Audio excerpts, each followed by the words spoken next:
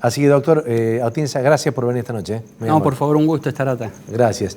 Bueno, Oscar, para empezar, está confirmado que esta madrugada va a salir un vuelo de aerolíneas argentinas para buscar vacunas a Rusia. Así es, en apenas un par de horas estará saliendo, no se sabe todavía la cantidad de dosis, estará cerca de los 500.000 dosis las que se piensa traer, así es que lo sabremos cuando esté el avión cargando en Rusia para ver si hay algún tipo de diferencia ahí, pero la cantidad prometida son 500.000 dosis. Si a eso iba a apuntar, esas 500.000, ¿será para vacunar a 500.000 personas con una sola dosis? ¿Que es lo que se está hablando a nivel nacional? No, lo más probable es que sea la primera dosis, porque son vacunas separadas, es decir, lo más probable es que la partida que venga de 500.000 dosis siempre van después en un vuelo adicional y traen las segundas dosis, que son las más complejas de poder conseguir. Bueno, pero lo que se está hablando es que se podría aplicar una sola dosis en esta instancia para vacunar a mayor cantidad de personas. Sí, totalmente. Yo estoy de acuerdo con esa estrategia. Me parece interesante porque permite cubrir a mayor cantidad de gente en menor tiempo. Y se puede distanciar, según las bibliografías, se pueden distanciar hasta 6 meses la segunda dosis. No habría ningún tipo de inconveniente. La primera dosis tiene una cobertura bastante importante, así es que... y la mayor dificultad está en la aplicación. Digo, la estrategia de aplicación es la que lleva un poco más de mayor complejidad. Así que yo veo con buenos ojos que la puedan distanciar, por lo menos hasta 3 meses, no hay ningún problema. De hecho, la vacuna de AstraZeneca se puede aplicar hasta 3 meses la segunda dosis. A propósito, usted nombró AstraZeneca y bueno, ha sido noticia en los últimos días porque varios países de Europa decidieron suspender la vacunación. Hoy se conoció que en España también murió una persona, en Italia habían muerto 2. Digo, son casos realmente... Perdón, y completo con esto, la OMS y la Unión Europea la recomiendan aplicar, pero en algunos casos la han suspendido. ¿Qué tiene que ver con acá? ¿Qué hay detrás de todo esto? Bueno, cuando uno analiza la frecuencia en la aparición de los casos de trombosis y embolia en población normal de más de 65 años, sí, que son las personas más propensas a sufrir este tipo de enfermedades, uno encuentra que la prevalencia de la trombosis es de 2 cada 1000 habitantes.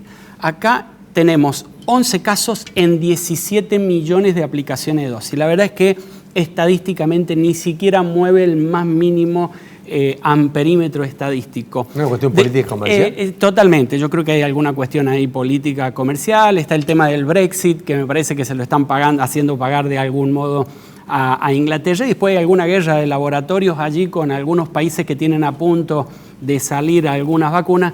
Y yo creo que no quieren que avance demasiado AstraZeneca porque es una... Pensemos que de los 6 laboratorios que están produciendo vacuna en este momento, 2 son de AstraZeneca, que es la Covishield de la India y la otra la de Oxford. Así es que tiene una porción del mercado bastante importante y me parece que por allí viene el tema, ¿no? ¿Qué es lo que se hace? Se suspende por 48 horas, se investigan a estos 11 casos para ver si tenían factores que predisponían la aparición de trombos y embolismo y lo más probable es que en pocos días, 1 o 2 días, se vuelva a reactivar la vacunación. Ahora, usted recomienda, si usted tuviera que decidirlo, aunque estemos alejados, pero ¿recomienda vacunar con AstraZeneca también? ¿Es lo mismo? Sí, totalmente.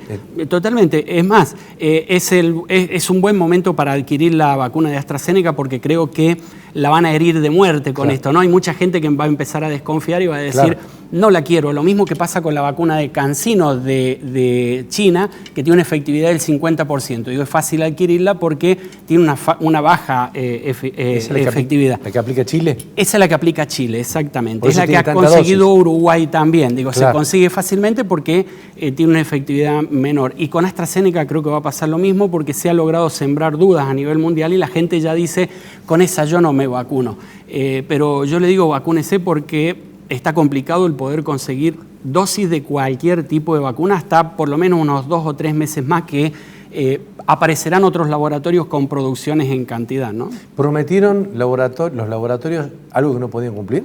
Totalmente. Prometieron 5 veces la cantidad de vacunas que es la que están entregando ahora. Yo no creo que hayan subestimado. Digo, lo que trataron fue de conseguir la mayor cantidad de compromisos, de contratos y compromisos de compra con los países y bueno, después tuvieron algunas demoras que todavía no logran subsanar. De hecho, hay varias denuncias en varios países contra algunos laboratorios por incumplimiento de estos contratos, de estos compromisos. Bueno, y nosotros estamos en ese tira y afloje, digamos, a ver, por lo que yo veía con Italia, por ejemplo, si bien es cierto que creo que acá en Argentina se ha vacunado el 1%, más o menos, ¿no? Sí, esa es la cifra más o pero menos. en Italia veía que era el 4, el 3.9, 5%, no más de eso tampoco, ¿puede ser? Sí, está, toda Europa, salvo Inglaterra, está en el mismo problema de vacunación que el resto del mundo. Alemania tiene poco porcentaje de gente vacunada, Francia también, Italia, y después del ataque que hubo, de esta situación que se ha producido con AstraZeneca, yo creo que va a costar que se remonte ese porcentaje, porque, es difícil encontrar países que tengan una alta adherencia a las vacunas. Argentina, por ejemplo, en general más del 90% de la gente cree en las vacunas. En Europa no. En Europa esa cifra está cercana al 60%. Si uno le suma este tipo de eventos a la desconfianza natural que ya tienen sobre las vacunas, va a hacer que baje. Claro. Entonces, lograr la inmunidad de rebaño les va a costar porque la gente no se va a querer vacunar, va a tener miedo, ¿no? Así que esa me parece que es el próximo esfuerzo, el próximo trabajo que va a tener que hacer Europa. Bueno, estamos hablando justamente de Europa, donde hemos visto que en varios países hay restricciones, especialmente en Italia, 10 regiones que han vuelto al confinamiento, que hay mucha preocupación, que han aumentado los casos, que ellos dicen estar en la tercera ola, y la pregunta es, ¿en qué ola estamos nosotros? ¿En la primera? ¿En la segunda? Yo creo que el mundo está en la primera ola. ¿La primera ola? En la primera ola, sí. Cuando epidemiológicamente uno habla de la segunda ola, cuando a nivel mundial bajaron la cantidad de casos a prácticamente cero y vuelve a incrementar la cantidad de casos.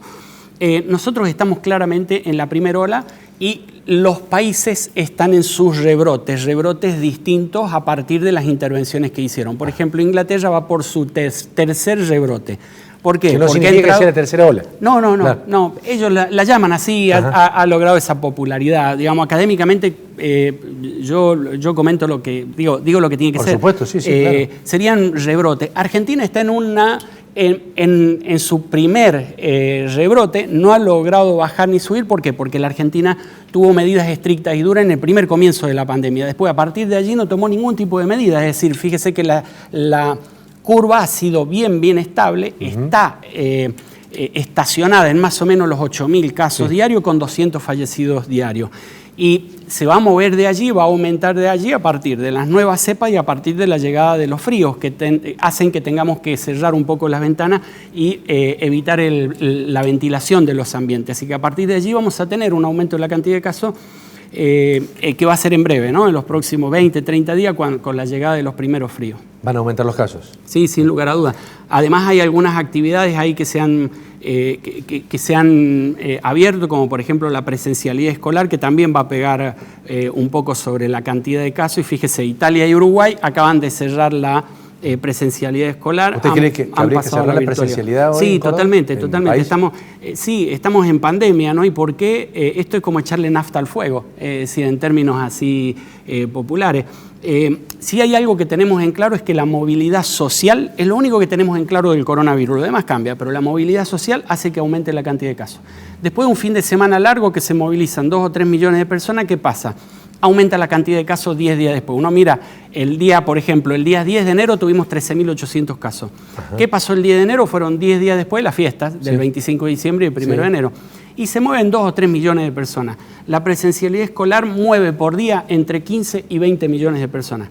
Así que vamos a tener ahí un impacto. No ha aumentado de forma masiva porque la presencialidad no ha sido lo que pensábamos que iba a ser. Muchos se conservan en la virtualidad y solo están yendo los sexto grados y los primeros grados y bien distribuidos. Pero ya vamos a empezar a ver en los próximos días un aumento de casos. Ahora, leía también referencia que en las primeras semanas de clases en Buenos Aires, por lo menos, el contagio ha sido el 0,17 en los colegios. Pero esto es por solo los escolares, digamos. Usted habla de todo el otro movimiento adyacente. Sí. La Eso no lo estamos contando. Claro. Digo, lo que tenemos ahí es un registro de los chicos que se han infectado y los docentes que se han infectado. Sí. No tenemos el impacto que ocasiona en todo lo que es el medio de transporte, en el personal administrativo, en las familias y así todo. Y más de 1.000 eventos a nivel país que se han denunciado sobre coronavirus. Es decir, que el impacto está. Lo que no podemos medir todavía es lo colateral, ¿no? Esperemos que no sea así, que no aumente, pero ya lo estamos viendo. Hemos conocido hoy que, por lo menos oficialmente, han señalado que hay 2 casos de la cepa Reino Unido y una de Manaus aquí en Córdoba. ¿Le teme a esto? Es preocupante porque habla el gobierno de que no hay transmisión. que no se puede hablar de transmisión, sí de que han detectado estas tres personas. Bueno, yo hace más de 30 días que vengo diciendo que ya los casos están, solo que cuesta mucho, es muy caro hacer lo que se llama la secuenciación del virus. Es decir, que a cada una de las personas que hisopan y da positivo, tratar de ver a qué variante corresponde. Eso es carísimo.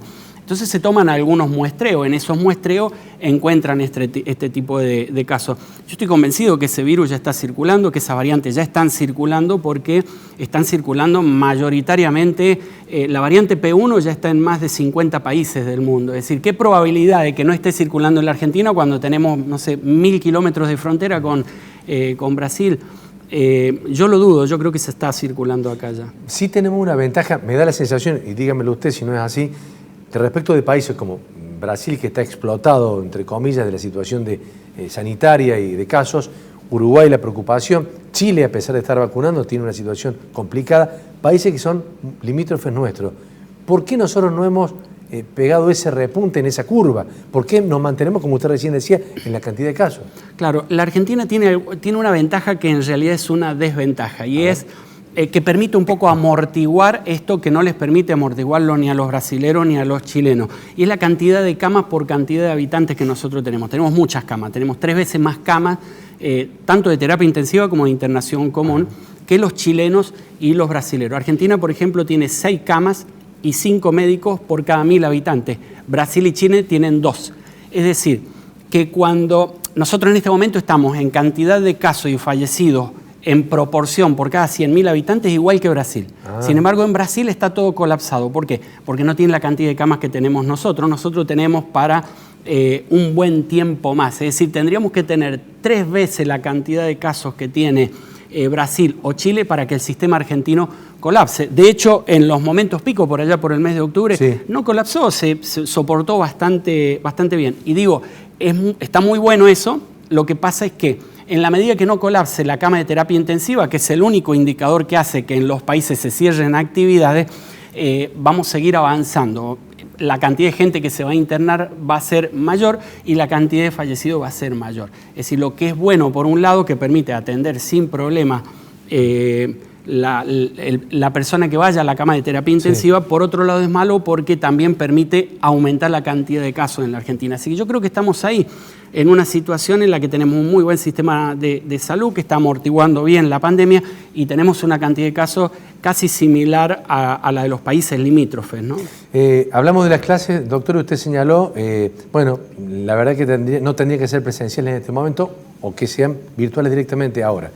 ¿Qué otra medida para, digamos, hacer que el periodo lo podamos aprovechar para que haya menos casos, para que sea menos peligroso, para que haya menos muerte, en definitiva, en el futuro? ¿Qué otra medida habría que tomar? Hay 2 tipos de medidas. Las medidas que urgen, que se tienen que tomar en el transcurso de los próximos días, digo, no más de 3 o 4 días, que son las relacionadas con el flujo de las personas que atraviesan la frontera, desde cualquier país, porque ya sea que vengan desde Europa en avión o vengan desde Brasil. En Brasil dicen que hay unas 7.000 personas vacacionando.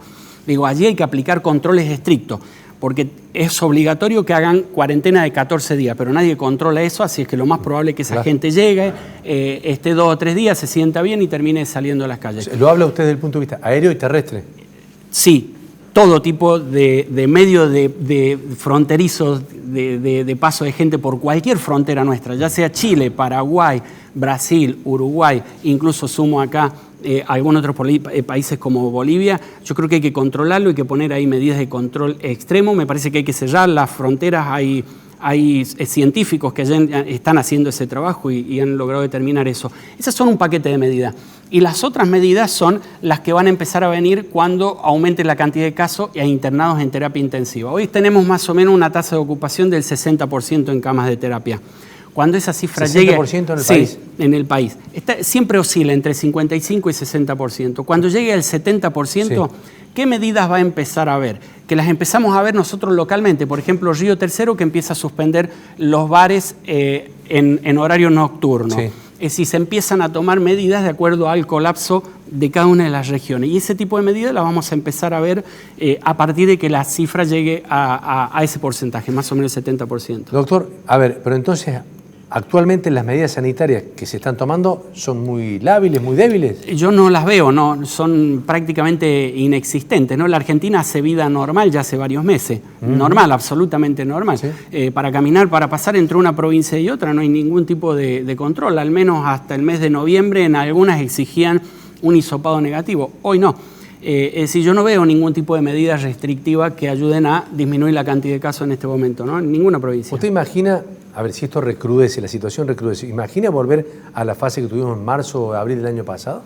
Yo creo que es necesario, yo creo que la Argentina tendría que haber seguido ese camino, yo creo que tendríamos que haber aplicado, y lo propuse en el mes de mayo del año pasado, medidas duras por muy corto tiempo, separados de espacios de libertad. Con eso uno mantiene una curva muy, muy baja, totalmente controlada, con baja letalidad, y nos permite abrir un poco más y tener una mejor apertura de la actividad económica, que todavía hay mucha gente, por la cantidad de casos que hay, trata de no salir de sus casas, y eso es lo que produce una gran recesión. Yo creo que va a ser en algún momento algún tipo de medida de esa vamos a tener que tomar, porque la cantidad de dosis de vacuna que tenemos no nos ayudan a llegar antes del mes de julio, agosto, a nuestra inmunidad de rebaño, y falta mucho para esa fecha todavía. ¿Es lo que le llaman el efecto fuelle o acordeón, lo que usted señala, abrir y cerrar, abrir y cerrar? Exactamente, eso es lo que se tendría que haber hecho, lo que ha hecho Nueva Zelanda, por ejemplo. ¿Alemania también lo hizo?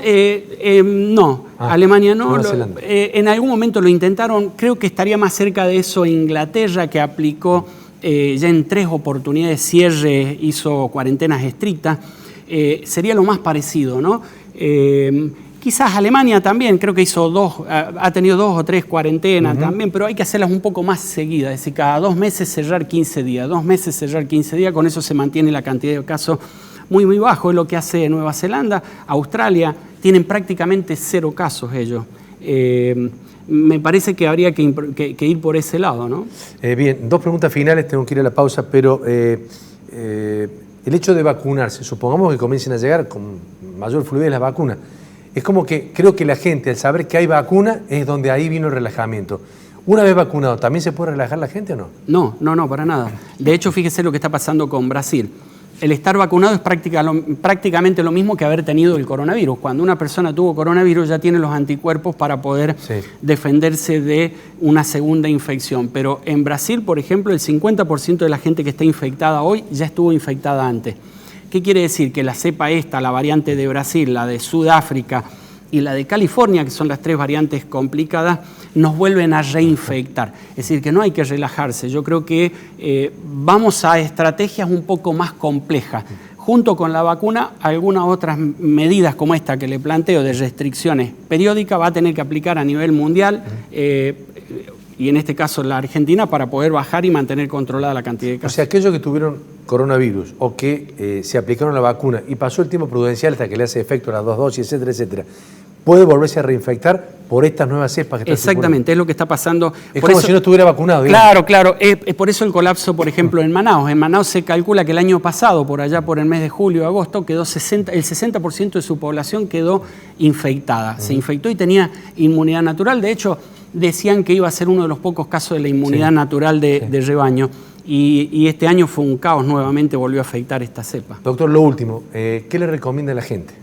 Que siga cuidándose, que siga respetando el distanciamiento de por lo menos 2 metros, que use bien el barbijo y que use barbijos de calidad. En este momento me parece que hay que apuntar a eso, barbijo de calidad, la higiene de manos, tratar en lo posible de lavarse las manos todas las veces que uno puede y que sale hacia afuera, y salir la menor cantidad de veces posible. Y aquellas empresas, por ejemplo, yo creo que sería bueno aquellas actividades que se pueden desarrollar a distancia, que se empiecen a desarrollar a distancia. Hay que empezar a vaciar las calles, porque si esta cepa, esta variante sería el término, llega a ser la prevalente acá en la Argentina, y ojo que en Brasil fue la prevalente, la que más circuló en menos de 40 días, así que es altamente infecciosa y nos puede llegar a complicar. Así que lavarse las manos, distanciamiento y usar un buen barbijo. Y salir lo necesario. Lo necesario, lo menos posible. Doctora Atienza, muchísimas gracias por acompañarnos. No, gracias a ustedes por la invitación. Bueno.